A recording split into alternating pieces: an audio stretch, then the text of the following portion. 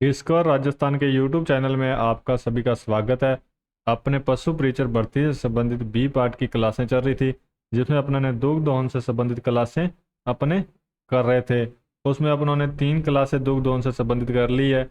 उसके बाद अपने आज की चौथी क्लास है, जो वो दुग्ध दोहन के दूध के परीक्षण से संबंधित है, जिसमें अपने दूध का अपेक्षित घनत्व, वसा या उसमें किसी प्रकार की भी मिलावट है उसके बारे में जो भी परीक्षण जो होते हैं उसके बारे में अपने पढ़ लेंगे। सबसे पहले अपने इसमें दूध का जो परीक्षण है उसमें पहला है दूध के अपेक्षित घनत्व कैसे ज्ञात करते हैं उसका परीक्षण। दूध के व्यवसाय में दूध की मूल्यता का मानक जो मापन है वो अपेक्षित घनत्व के आधार पर किया जाता है। मतलब कि दूध का जितना अपेक्षित घनत्व अधिक होगा, दूध का मूल्य उतना ही ज़्यादा अधिक होगा, क्योंकि अपेक्षित घनत्व है जो वो वसा से निकाला जाता है। ठीक है, उसमें कितने % वसा है और उसमें SNF की मात्रा कितनी है, SNF की मात्रा कितनी है, इससे अपेक्षित घनत्व निकलता है। ठीक है, लैक्टोमीटर के द्वारा दूध का अपेक्षित घनत्व ज्ञात करते हैं। अपेक्षित घनत्व किससे ज्ञात करते हैं? लैक्टोमीटर के द्वारा। दूध में पानी में सप्रेटा दूध की मिलावट का पता करने के लिए दूध का अपेक्षित घनत्व ज्ञात किया जाता है। दूध में कितना पानी है इसके बारे में या सप्रेटा दूध की मिलावट के बारे में पता करने के लिए क्या किया जाता है? दूध का अपेक्षित घनत्व निकाला जाता है। गाय के दूध का अपेक्षित घनत्व कितना है? 1.028। गाय के दूध का अपेक्षित घनत्व है 1.028 और भैंस के दूध का अपेक्षित घनत्व है 1.032। भैंस के दूध का अपेक्षित घनत्व है 1.032। यदि अपेक्षित घनत्व 1.028 से कम हो तो दूध में पानी की मिलावट है। यदि इसका घनत्व कितना हो, 1.028 से कम आएगा तो उसमें क्या होगा? पानी अधिक मिलाया जाएगा, अधिक मिलाया होगा या पानी की मिलावट की होगी। और यदि 1.028 से अधिक हो तो दूध में क्रीम या सप्रेटा की मिलावट की गई है। यदि अधिक होगा तो दूध में क्या होगा? क्रीम या सप्रेटा की मिलावट की गई है। ठीक है, ये है अपना, ये जो आपको चित्र में दिख रहा है ये क्या है? लैक्टोमीटर है। इसको क्या करते हैं? ये लैक्टोमीटर में मोम में लपेटकर पारा भरा होता है इसके अंदर, ताकि ये ऊपर न आए। इसको क्या करते हैं? दूध में डुबो दिया जाता है यहाँ तक, तो उसके बाद इसकी रीडिंग चेक की जाती है। इसकी रीडिंग में ये आपको रीडिंग दी होगी। अगर रीडिंग यहाँ तक आएगी तो इसमें 100% तो मिल्क होगा, दूध होगा और 0% पानी होगा। जितनी रीडिंग ऊपर जाएगी उसके हिसाब से इसका मापन किया जाता है, जो कि आपके ये लैक्टोमीटर के ऊपर आपको दर्शाई गई होगी रीडिंग। ठीक है, उसके बाद अपना अगला है गर्बर विधि। गर्बर विधि द्वारा अपने क्या करते हैं? गर्बर विधि द्वारा दूध में जो वसा की मात्रा है उसका मापन किया जाता है कि दूध में वसा की मात्रा कितने % तक है। इसका अपने कहाँ से मापन किया जाता है? गर्बर विधि द्वारा मापन किया जाता है। गर्बर विधि में क्या किया जाता है? गर्बर तो एक मशीन का नाम है जिसका नाम है गर्बर। गर्बर मशीन होती है, इसमें ब्यूटायरोमीटर द्वारा इसका मापन, वसा का मापन किया जाता है। ब्यूटायरोमीटर द्वारा वसा का क्या किया जाता है? मापन किया जाता है। इस विधि में क्या करते हैं? 10 ml H2SO4 और 10 ml दूध को लेते हैं और उसमें 1 ml एमाइल अल्कोहल को जो है ब्यूटायरोमीटर में डाल दिया जाता है। ब्यूटायरोमीटर में डालकर गर्बर मशीन, जो गर्बर मशीन है उसमें 4 से 5 मिनट तक 1100 RPM में घुमाया जाता है। उसको गर्बर मशीन में क्या किया जाता है? 4 से 5 मिनट तक 1100 RPM में घुमाया जाता है। ठीक है, मशीन को बंद करने पर ब्यूटायरोमीटर में ऊपर की ओर अर्धचंद्राकार क्या बन जाती है?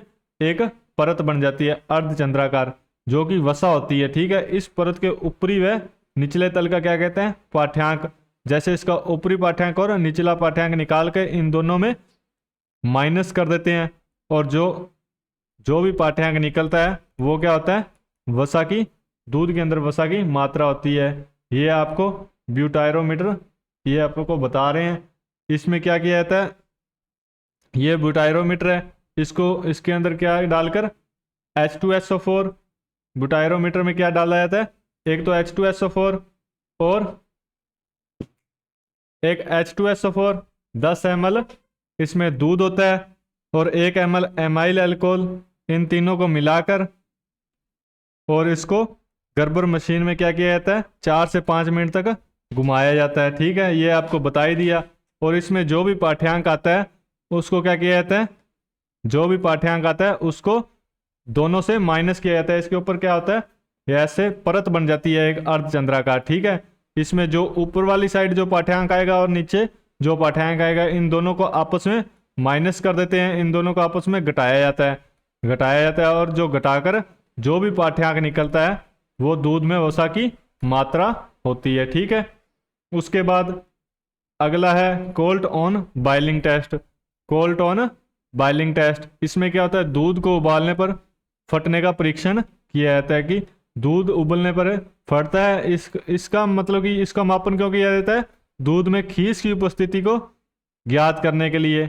दूध में खीस की उपस्थिति को ज्ञात करने के लिए क्या किया जाता है, इसका मापन किया जाता है। दूध की अम्लता 0.32% तक हो जाए तो दूध उबलने पर फट जाता है। अगर दूध में अम्लता की मात्रा 0.32% तक हो जाए तो क्या होता है, दूध फट जाता है। ठीक है, उसके बाद ज्ञानेंद्रियों द्वारा परीक्षण। ज्ञानेंद्रियों द्वारा परीक्षण, इस परीक्षण में दूध को आंखों से देखकर व नाक से सूंघकर दूध की शुद्धता का पता लगाया जाता है। मतलब कि इसको आंखों से, यह किसी भी मशीन द्वारा नहीं, ये व्यक्ति द्वारा आंखों से या देखकर या सूंघकर उसकी शुद्धता का पता लगाया जाता है। दूध में पानी की मिलावट या क्रीम निकाले हो तो दूध का रंग कैसा होता है, हल्का नीला रंग का होगा।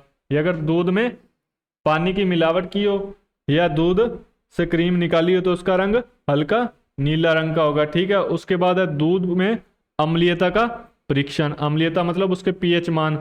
दूध का पीएच मान वैसे कितना होता है, 6.7 होता है दूध का पीएच मान।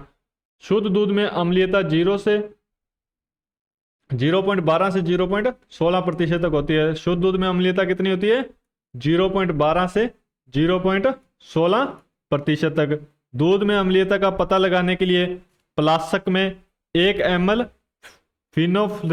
फिनोफ्थेलिन काम में लेते हैं। 1 ml फिनोफ्थेलिन लेते हैं और उसमें NaOH क्षार को मिलाते हैं। किसे मिलाते हैं, NaOH क्षार को मिलाते हैं। यदि दूध का रंग गुलाबी हो जाए, यदि दूध का रंग गुलाबी हो जाता है तो उसमें अम्लीय अधिक होगा। ठीक है, उसके बाद इसको सूत्र क्या है, N/9 NaOH ml into 0.01 upon दूध कितना ml लिया है इंटू 100। ठीक है, ये इसका सूत्र है, ये आपको याद करना पड़ेगा। ठीक है, ये अम्लीयता परीक्षण का सूत्र है। उसके बाद अगला है हंसा परीक्षण।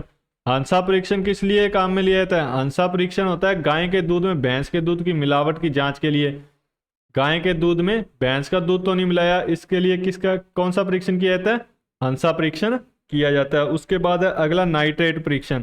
अगला कौन सा है, नाइट्रेट परीक्षण। नाइट्रेट परीक्षण का प्रयोग किस लिए किया जाता है, दूध में वर्षा जल की उपस्थिति को दर्शाता है कि दूध में बरसात का पानी तो नहीं मिलाया, बरसात का पानी तो नहीं मिलाया, ये नाइट्रेट परीक्षण द्वारा पता लगता है। उसके बाद है अगला आयोडीन परीक्षण। अगला कौन सा परीक्षण है, आयोडीन परीक्षण। इसमें दूध में स्टार्च की मात्रा की जांच के लिए किया जाता है। आयोडीन परीक्षण किस लिए किया जाता है, दूध में स्टार्च मिलावट की जांच के लिए। इसमें क्या करते हैं, अपने एक परखनली में 10 ml दूध ले लेते हैं और 1 से 2 ml आयोडीन डाला जाता है। 1 से 2 बूंद आयोडीन। ठीक है, यदि परखनली का रंग हल्का बुरा दिखाई दे तो दूध में स्टार्च का मिश्रण नहीं किया गया, और यदि परखनली का रंग हल्का नीला रंग दिखाई दे तो दूध में स्टार्च का मिश्रण किया गया है। इसमें 10 ml दूध लेकर उसमें 1 से 2 बूंद आयोडीन की डालते हैं।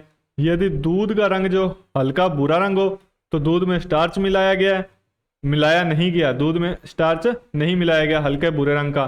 हल्का बुरा हो तो उसमें स्टार्च नहीं है, और अगर ये गहरा नीला दिखाई दे तो दूध में स्टार्च का मिश्रण किया गया। ये आयोडीन परीक्षण है। उसके बाद दूध में यूरिया की जांच।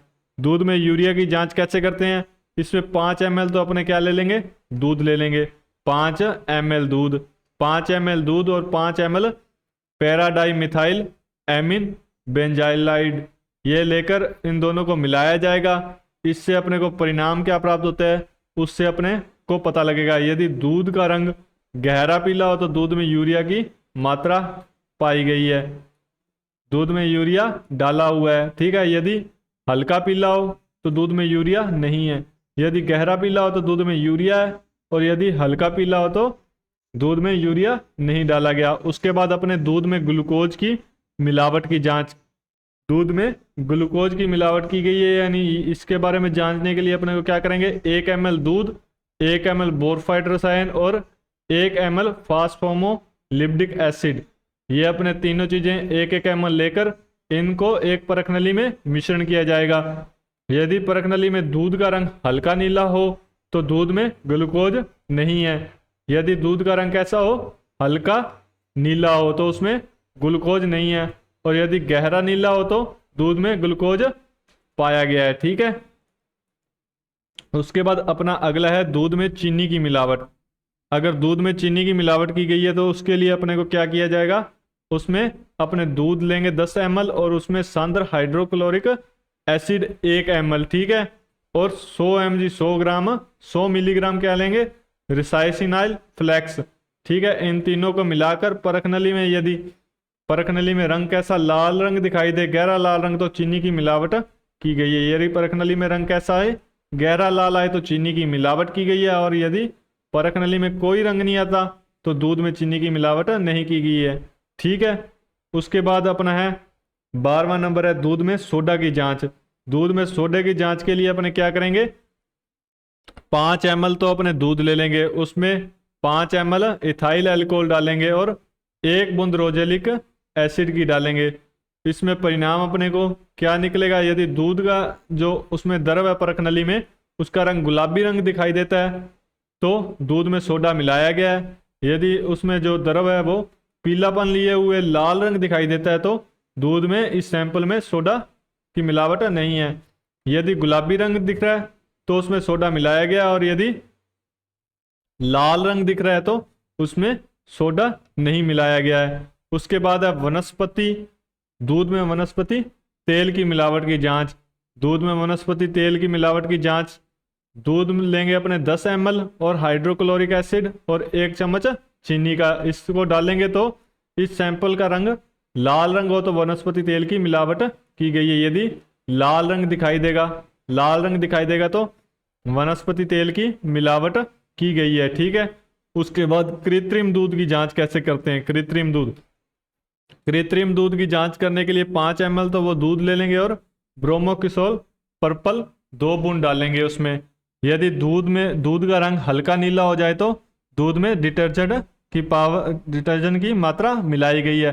कृत्रिम दूध डिटर्जेंट पाउडर से बनाया जाता है। ठीक है, ये आपको अगली क्लास में बता देंगे किस प्रकार से बनाया जाता है। आज के लिए इतना ही। डिस्कवर राजस्थान के यूट्यूब चैनल से जुड़ने के लिए धन्यवाद। आज अपनों ने इसके दूध के परीक्षण के बारे में पढ़ा है और अगली क्लास में आपको दूध, जो कृत्रिम दूध है उसके बारे में और उसके बाद जो भी अन्य जानकारी है वो आपको देंगे। डिस्कवर राजस्थान के यूट्यूब चैनल से जुड़ने के लिए धन्यवाद। Thank you.